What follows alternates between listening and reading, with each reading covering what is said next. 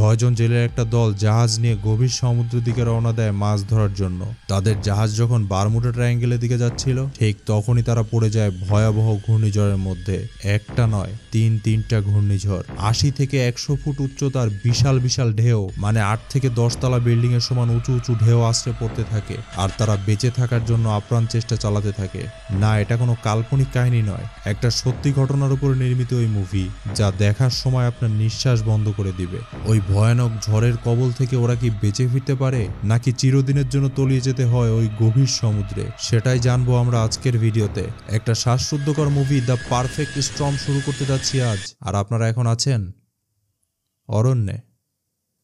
Movie শুরু হলে আমরা দেখতে পাই গভীর সমুদ্র থেকে দুটো মাছ ধরার জাহাজ তীরের দিকে আসছে, আর ওই জাহাজের জেলেদের পরিবারের লোকজন খুশিতে উল্লাস করতে করতে ছুটে আসছে তাদের দিকে।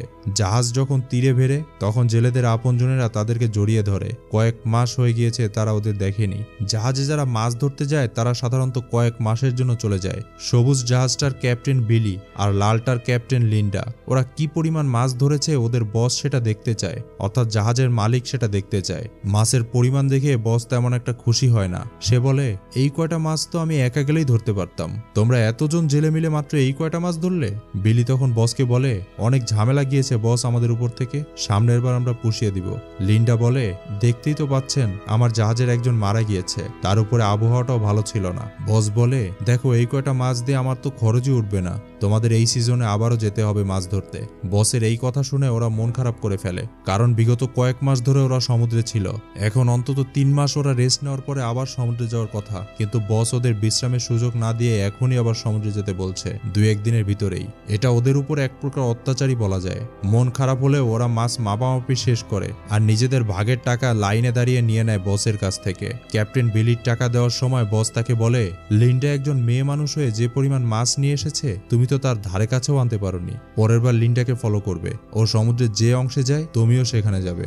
ও তোমার চেয়ে অনেক ভালো জানে কোথায় মাছ বেশি পাওয়া যায়। এই কথায় বিলির ইগোতে লাগে। সে তখন বসকে বলে, পরের বার লিন্ডার চেয়েও বহুগুণে বেশি মাছ এনে দিব আপনাকে। পরের বার মাছ ধরতে কোথায় যাব জানেন? বারমুডা ট্রায়াঙ্গেল পার হয়ে গ্র্যান্ড ব্যাংকে। এত মাছ আনবো যে আপনি জন্মেও এত মাছ দেখেননি। একথা শুনে স্বার্থপর বসের মুখটা যেন কেমন হয়ে যায়। সে বলে, দেখো আমার জাহাজটাকে আবার ডুবিয়ে দিও না, তোমরা মারা গেলে সমস্যা নেই, কিন্তু আমার জাহাজটা অনেক মূল্যবান। দীর্ঘদিন পরে ওরা বাড়িতে ফিরেছে, তাই হালকা বিনোদন করে নিচ্ছিল ওরা। ওর নাম ববি, আর এটা ওর গার্লফ্রেন্ড। আর এর নাম মার্ভ, এটা মার্ভের ছেলে। ওর নাম সুলি। নিজেদের মতো করে সময় কাটানোর সময় ক্যাপ্টেন বিলি ওদেরকে বলে, মজা করে নাও, আগামী পরশুদিন আমরা আবার রওনা দিচ্ছি সমুদ্রে। ওরা তখন বলে, মাত্রই তো ফিরলাম, পরশুদিন রওনা দিতে হবে আবার? ওরা আজকেই মাত্র ফিরল, আর এখনই শুনছে পরশুদিন আবার রওনা দিতে হবে সমুদ্রে। স্বাভাবিকভাবে এটা কেউই ওরা মেনে নিতে পারে না। বিলি ওদেরকে বুঝায়, এটাই শেষবার, এমন আর হবে না। আর এবার এমন জায়গায় মাছ ধরতে যাব যে মাছের কারণে জাহাজে আমাদের নিজেদেরই দাঁড়ানোর জায়গা থাকবে না, দেখে নিও সবাই। অবশেষে যাওয়ার দিন চলে আসে। ওরা রেডি হয়ে জাহাজের দিকে রওনা দেয়। ববির গার্লফ্রেন্ড ওকে বলে, দয়া করে তুমি যেও না, তুমি যেখানে যাচ্ছ এই অক্টোবর মাসে ওই জায়গাটা খুবই ভয়ানক। আমরা দরকার হলে গাড়িটাকে বিক্রি করে দিব, দুজনে মিলে কাজ করে অনেক টাকা ইনকাম করতে পারবো। কিন্তু ববি ওকে বলে, এই একবারই যাব, তারপরে এই কাজ আমি আর করব না, তোমার কাছেই থাকবো সব সময়, তুমি যা বলবে তাই শুনবো। জাহাজ থেকে ক্যাপ্টেন সবাইকে ডাক দেয়, আর সবাই তখন জাহাজে উঠে পড়ে। রওনা দিয়ে দেয় জাহাজটা, আর তীর থেকে ওদের আপনজনেরা হাত নেড়ে বিদায় জানায় ওদেরকে। ওরা যাচ্ছে গভীর সমুদ্রের দিকে। ওরা কেউই জানে না সামনে কি ভয়াবহ বিপদ অপেক্ষা করছে ওদের জন্য। যেতে যেতে ববি দেখে ওর গার্লফ্রেন্ড ওকে একটা চিঠি লিখে দিয়েছে।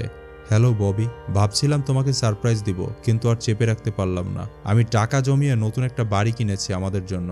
অনেক দিন ধরেই একটু একটু করে এই টাকাটা জমিয়েছি আমি। আমাদের আর ওই ছোট্ট বাড়িতে থাকতে হবে না। ভাবলাম এখনই জানিয়ে দেই, তাহলে সমুদ্রে হয়তো আমাকে ছাড়া তোমার দিনগুলো অতটাও খারাপ কাটবে না।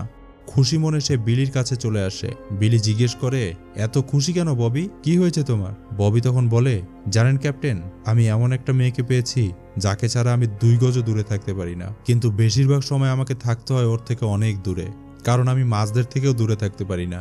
এ কথা শুনে ক্যাপ্টেন ববিকে বলে, তোমার তো দেখছি ভালো সমস্যা।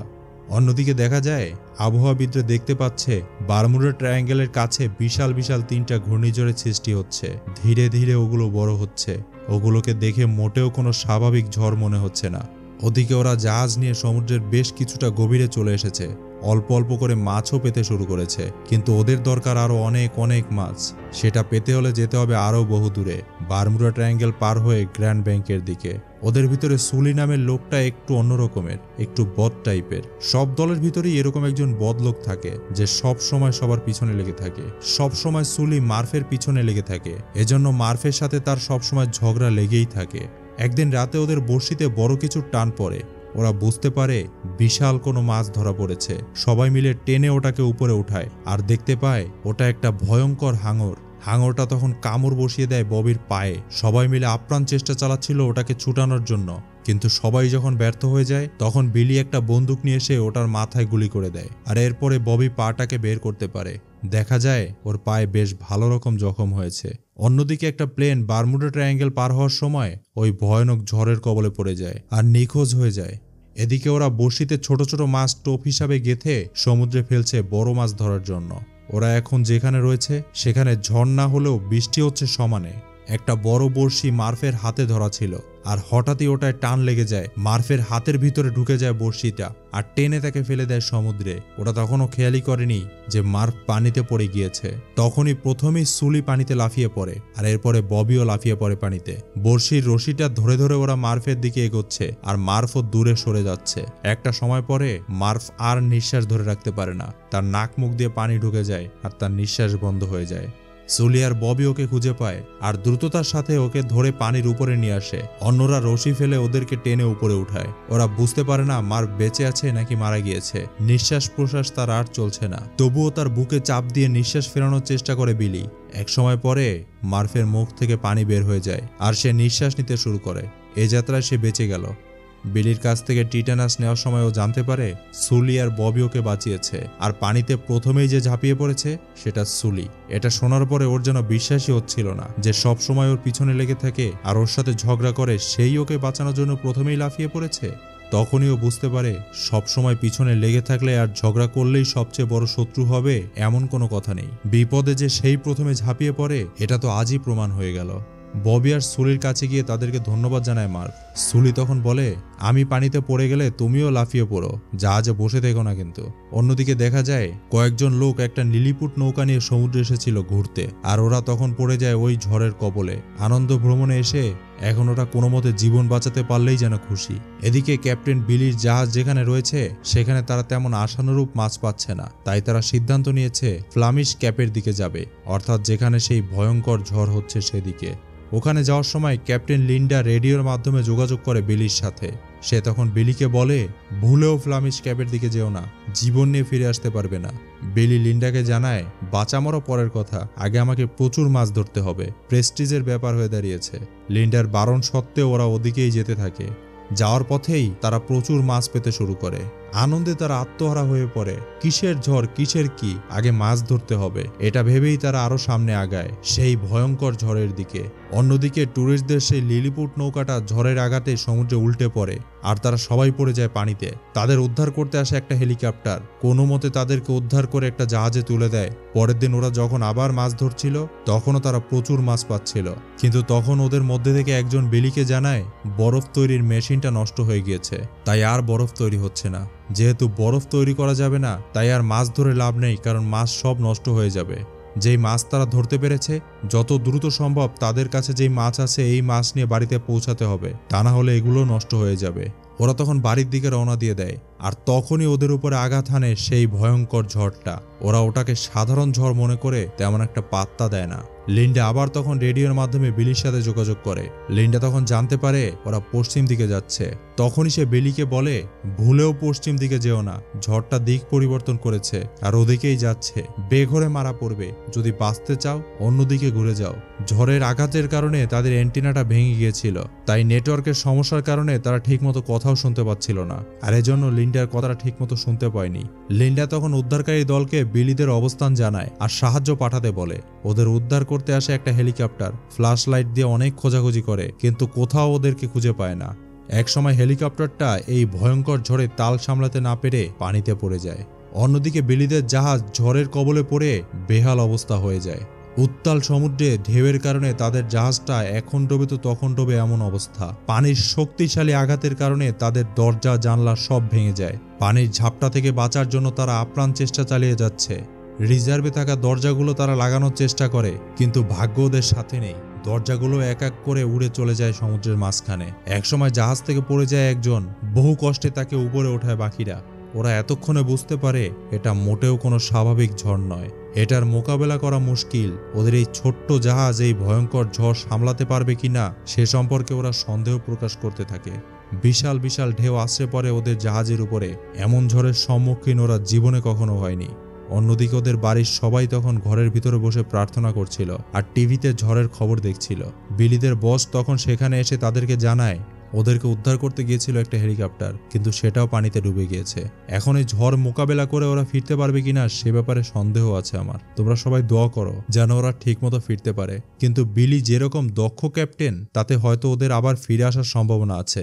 এসব কথা শুনে ববির গার্লফ্রেন্ড খুবই ভেঙে পড়ে আর বলে, এখন তো তুমি খুশি তাই না? তুমি আরো খুশি হবে যখন শুনতে পারবে ওরা সবাই মারা গিয়েছে। সেটাই তো, তোমার তো দরকার শুধু টাকা। মানুষের জীবনের কোনো মূল্য নেই তোমার কাছে, এক পয়সারও মূল্য নেই। তুমি হলে পৃথিবীর সবচেয়ে বড় স্বার্থপর লোক। এটা বলেই তাকে সে মারধর করে আর বলে, যাও এখন ঘরে গিয়ে নাকে তেল দিয়ে ঘুমাও। এদিকে বিলি এই প্রচন্ড ঝড়ের ভিতরে বড় বড় ঢেউয়ের মাঝখানে পড়ে কোনো মতে তাল সামলানোর চেষ্টা করছে। ও এখন বুঝতে পারছে এই ঝড়ের মুখোমুখি হওয়া ওর একদম উচিত হয়নি। লিন্ডার কথা ওর শোনা উচিত ছিল। ইগোর কারণে তার এই অবস্থা হয়েছে। বাকিরা তখন সৃষ্টিকর্তার কাছে প্রার্থনা করতে থাকে। বড় বড় ঢেউয়ের ধাক্কায় ওদের জাহাজটা পানি ভর্তি হয়ে গিয়েছে। বিশাল বড় একটা ঢেউয়ের ধাক্কায় ওদের জাহাজটা উল্টে যায় এবং আবার সোজা হয়ে যায় সেটা। আর এতেই ওরা খুশিতে ফেটে পড়ে। ওরা চিৎকার করে বলে, আমরা বেঁচে আছি, সবাই দেখো আমরা বেঁচে আছি। এখনই আমরা সবাই পানিতে ডুবে যেতে পারতাম, কিন্তু দেখো আমরা বেঁচে আছি, তার মানে সৃষ্টিকর্তা আমাদের সাথে আছে। ববি বলে, এটাই আমার শেষ ট্রিপ। বাড়িতে ফিরে গিয়ে আমি আমার গার্লফ্রেন্ডকে নিয়ে বিচের কাছে যাব আর মজা করে ডাবের পানি খাবো। আমাদের নতুন বাড়িতে দুজন মিলে অনেক মজা করব। আর কখনো আমি এই সমুদ্রে ফিরে আসবো না, কখনো না। মাছ ধরার স্বাদ আমার মিটে গিয়েছে। ক্যাপ্টেন বিলি তখন বলে, বড় বিপদ থেকে রক্ষা পেয়েছি, এখন এইভাবেই চালিয়ে যাব ভোর পর্যন্ত, তাহলেই বিপদ কেটে যাবে। অন্যদিকে দেখা যায় হেলিকপ্টারের সেই উদ্ধারকারী দল তখনও পানিতে ভেসে রয়েছে আর ওদেরকে উদ্ধার করার জন্য একটা জাহাজ এসেছে। ওরা তখন জাহাজের নেট ধরে উপরে ওঠার চেষ্টা করে। বিশাল বিশাল ঢেউ আছড়ে পড়ছে ওদের উপরে, তবুও বহু কষ্টে ওরা উপরে উঠতে সক্ষম হয়। কিন্তু একজনের ভাগ্য খারাপ, সে নিচে পড়ে যায় আর হারিয়ে যায় গভীর সমুদ্রের মাঝে। অন্যদিকে বিলিরা একসময় দেখতে পায় পূর্ব আকাশে আলোর মতো কিছু দেখা যাচ্ছে। হঠাৎ করে আলো দেখে ওদের বুকে সাহস ফিরে আসে, কিন্তু একটু পরেই ওরা দেখতে পায় আলোটা মিলিয়ে গিয়েছে, আবার অন্ধকার নেমে এসেছে। আর ঠিক তখনই ওরা খেয়াল করে অন্তত 10 তলা বিল্ডিংয়ের সমান উঁচু একটা ঢেউ ওদের সামনে। ওরা বুঝতে পারে এটার হাত থেকে বাঁচা কোনোভাবেই সম্ভব না। আর সত্যি সত্যি সেই বিশাল বড় দানবের মতো ঢেউটা ওদের জাহাজটাকে উল্টে দেয়। ওরা সবাই জাহাজের ভিতরে কোনো মতে মাথা উঁচু করে নিঃশ্বাস নিচ্ছিল, কারণ জাহাজের ভিতরে তখনও কিছুটা জায়গা ফাঁকা ছিল। ববি বিলিকে জিজ্ঞেস করে, আপনি এত ভালো ক্যাপ্টেন হওয়া সত্ত্বেও আমাদেরকে বাঁচাতে পারলেন না? বিলি তখন বলে, এই ঝড় থেকে বাঁচাতে পারে এমন কোনো শিক্ষা কোনো স্কুল কলেজ দিতে পারে না। এরকম কোনো স্কুল কলেজই নেই আর কখনো ছিলও না। মার্ফি শেষ নিঃশ্বাস ফেলার আগে শুধু একবার বলে, আমাকে ছাড়া এই পৃথিবীটা আমার ছেলের জন্য খুবই কষ্টকর হবে। আহারে। ববি বিলিকে বলে, ক্যাপ্টেন, আপনি আমাদেরকে বাঁচানোর জন্য অনেক চেষ্টা করেছেন, কিন্তু ভাগ্য আমাদের সাথে ছিল না, তাই বাঁচাতে পারলেন না। বিলি আর ববির সামনে ছিল, তাই ওরা চাইলেই জাহাজ থেকে বাইরে বের হতে পারে। বিলি ববিকে বলে, চলো বের হওয়া যাক এখান থেকে। এটা বলেই ববিকে সে বের করে দেয় আর নিজে রয়ে যায় জাহাজের ভিতরে। এতগুলো মানুষ তার কারণে ডুবে গিয়েছে, সে কোনোভাবেই এই জাহাজ ছেড়ে বের হতে চায় না। একসময় বাকি 5 জনকে নিয়ে সমুদ্রে তলিয়ে যায় জাহাজটা, আর ববি সমুদ্রের উপরে মাথা ভাসায়।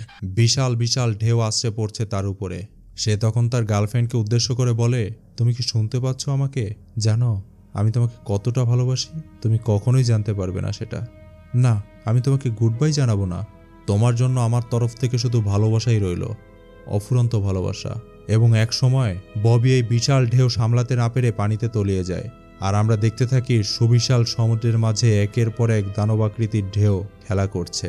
এরপরে 1 সপ্তাহ ধরে ওদেরকে খোঁজাখুঁজি করে উদ্ধারকারী হেলিকপ্টার, কিন্তু একজন জীবিত মানুষকে ওরা খুঁজে পায় না। চার্চে ওদের জন্য প্রার্থনা করা হয়। মৃত জেলেদের আত্মীয় স্বজনও তখন ওখানে ছিল। তখন এটাও দেখা যায় যেসব জেলেরা ঝড়ের আঘাতে বিভিন্ন সময় পানিতে ডুবে প্রাণ হারিয়েছে, তাদের একটা তালিকা ওই চার্চে রয়েছে। আর সর্বশেষে রয়েছে 1991 সালে ওরা 6 জন। নিজের পরিবারকে একটু ভালো রাখার জন্য নিজের জীবনের ঝুঁকি নিয়ে এভাবেই জেলেরা সমুদ্রে যায় মাছ ধরার জন্য, আর ঝড়ের কবলে পড়ে এভাবেই সমুদ্রের গভীরে হারিয়ে যায়। মুভিটা এখানেই শেষ হয়ে যায়। এই মুভিটা যদি আপনাদের একটুও ভালো লেগে থাকে তাহলে কমেন্ট করে আমাদের সেটা জানাবেন। সামনে কি ধরনের মুভির এক্সপ্লেনেশন চান সেটাও কমেন্ট করে জানাবেন। আমাদের ভিডিও সবার আগে পেতে হলে অরণ্য চ্যানেলটি সাবস্ক্রাইব করে রাখতে পারেন। কথা হচ্ছে তাহলে সামনের ভিডিওতে। ততক্ষণ অবধি সবাই ভালো থাকবেন, সুস্থ থাকবেন। এতক্ষণ আমাদের সাথে থাকার জন্য আপনাদের অসংখ্য ধন্যবাদ।